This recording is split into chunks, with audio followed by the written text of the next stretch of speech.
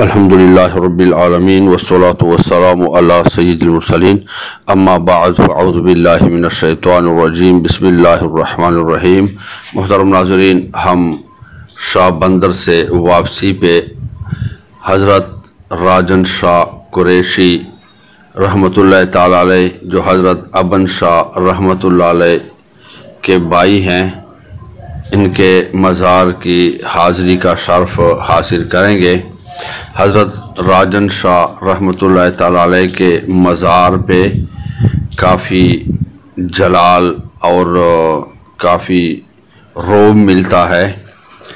اگر کسی جسم میں جنات کے آثار ہوں تو پھر ہو سکتا ہے ان کو بہت زیادہ محسوس ہو کہ ہم نے محسوس ہو سکتا ہے دوسرے لوگ محسوس نہ کریں یا دوسرے بھی کریں کہ یہاں بہت مضبوط جنات ہیں جو آنے والوں کو چھیڑتے ہیں۔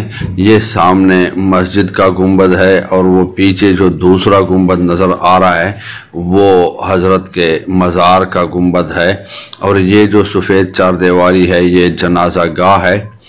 تو یہاں ہم نے حاضری دی، اللہ عز و جل کا ذکر کیا، ذکر میں بہت کیف اور مزہ پایا، لیکن یہاں کے جنات ہم نے بہت تنگ کرنے والے اور شریر پائے، اور بلا ضرورت بلا کسی سبب کے وہ حملے کرتے ہیں، اور یہاں آنے والوں کو چبھن بھی محسوس ہوتی ہے، سر میں وزن آتا ہے۔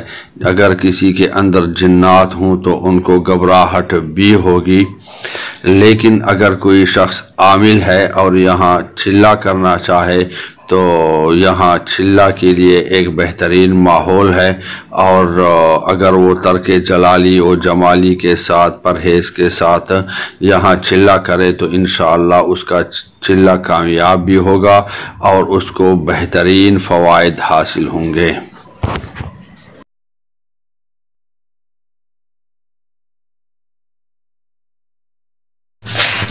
محترم ناظرین، ہم حضرت راجن شاہ قریشی رحمتہ اللہ تعالی علیہ کی بارگاہ میں حاضری کے لیے آپ کے مزار کے احاطے میں پہنچ چکے ہیں۔ یہ سامنے آپ کو مزار نظر آ رہا ہے، اور دوسری سائڈ میں عام قبریں ہیں، اور یہ مزار اتنی اونچائی پر ہے کہ یہ عام قبرستان اور دور دور تک سرسبز علاقہ نظر آ رہا ہے۔ یہ جو دوسرا گنبد آپ کے سامنے ہے یہ مسجد ہے، پرانی مسجد ہے، لگ بھگ 3 فٹ چوڑی اینٹوں کی بنی ہوئی اس کی دیواریں ہیں، اور گنبد بھی پتھروں کا بنا ہے۔ یہ مزار کا کمرہ ہے، اور مزار شریف کی جو چار دیواری جو بھی کمرہ ہے، کمرے کی چار دیواری وہ بھی تقریباً 3 فٹ چوڑی ہیں، اور مضبوط دیواریں ہیں، اور پورے مزار اور مسجد میں کہیں لکڑی یا لوہا استعمال نہیں ہوا، اور پرانی تعمیر ہے، لیکن اتنا مضبوط ہے کہ نہ تو اس میں آپ کو کوئی دراڑ نظر آ رہا ہے، نہ کوئی مرور زمانہ کے ساتھ زمانہ گزرنے کے ساتھ آپ کو کوئی ان میں ضعف و کمزوری کے آثار آپ کو محسوس ہو رہے ہیں۔ حضرت کے دربار میں حاضر ہونے کے بعد ہم نے اللہ عز و جل کا ذکر کیا، اور اجتماعی دعا کے بعد واپس ہوئے۔ نیچے جو مسجد ہے اس میں ہم نے نماز عصر ادا کی، کیونکہ یہ جو اوپر والی مسجد ہے اس میں اگر ہم سجدے میں جائیں گے تو پاؤں کے تلوے جو ہے وہ ڈائریکٹ مزار کی طرف ہوں گے، اس لیے ہم نے ادب کی وجہ سے یہاں نماز پڑھنے کی بجائے نیچے جو مسجد ہے جنازہ گاہ کے ساتھ وہاں ہم نے نماز ادا کی۔ یہاں پر انتہائی مضبوط جنات محسوس ہو رہے ہیں، اور اتنے واضح وہ حملے کرتے ہیں کہ آنے والے کو گھٹن بھی ہوتی ہے، بعض اوقات خارش بھی ہوتی ہے، اور آنے والا ہو سکتا ہے گھبرائے، تو لیکن حاضری میں اور عبادت میں زبردست کیف اور مزہ محسوس ہوتا ہے۔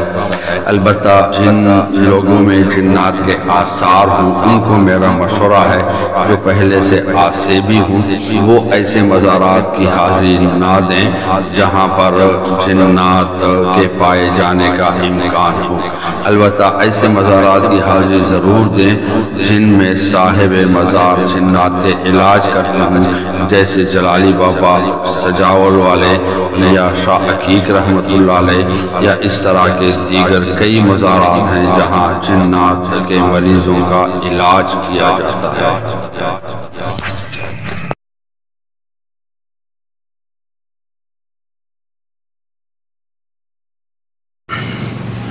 محترم ناظرین، مزار شریف کی حاضری، ذکر و دعا کے بعد ہم نے واپسی کا ارادہ کیا۔ مزار شریف اتنی اونچائی پر ہے کہ دور دور تک پھیلا ہوا سبز علاقہ آپ کو نظر آ رہا ہے، اور یہ غروب آفتاب کے مناظر بھی آپ کے سامنے ہے۔ ہماری زندگی کا یہ دن گزر گیا، اور عنقریب ہماری زندگی کے اس دن کا یہ چراغ گل ہو جائے گا۔ ایک دن ایسا ضرور آئے گا کہ ہماری زندگی کا جو سورج ہے وہ اس طرح غروب ہوگا، اور ہماری آنکھیں ہمیشہ کے لیے بند ہو جائیں گی۔ یہ دنیا ہمارے لیے انجان، اور یہ دنیا والے بھی ہمارے لیے انجان بن جائیں گے۔ لوگ ہمیں بھول جائیں گے، اور اندھیری قبر میں ہم ہوں گے اور ہمارے اعمال۔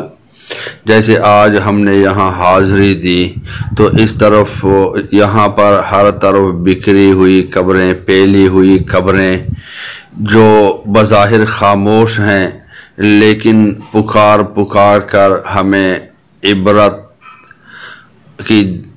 کے لیے پکار رہے ہیں کہ ہم سے عبرت لو۔ اے جہاں والو، اے دنیا والو، تمہاری زندگی کا سورج اس طرح غروب ہو جائے گا جس طرح ہماری زندگی کا سورج غروب ہو چکا ہے۔ اب ہم یہاں پر صرف ایصال ثواب کے منتظر ہیں۔ ہم ایک بار سبحان اللہ نہیں کہہ سکتے۔ اے آنے والو، آخرت کی تیاری کرو۔ اے آنے والو، ہمارے حال سے عبرت پکڑو۔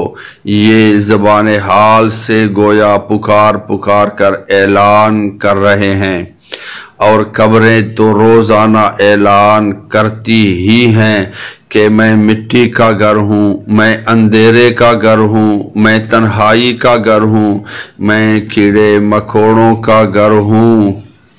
تو اللہ تبارک و تعالی ہمیں زندگی میں عبادت کرنے، اللہ کو راضی کرنے، اور جب دنیا سے جائیں ہمارے نامہ اعمال میں کوئی گناہ نہ ہو۔ آمین بجاہ النبی الامین۔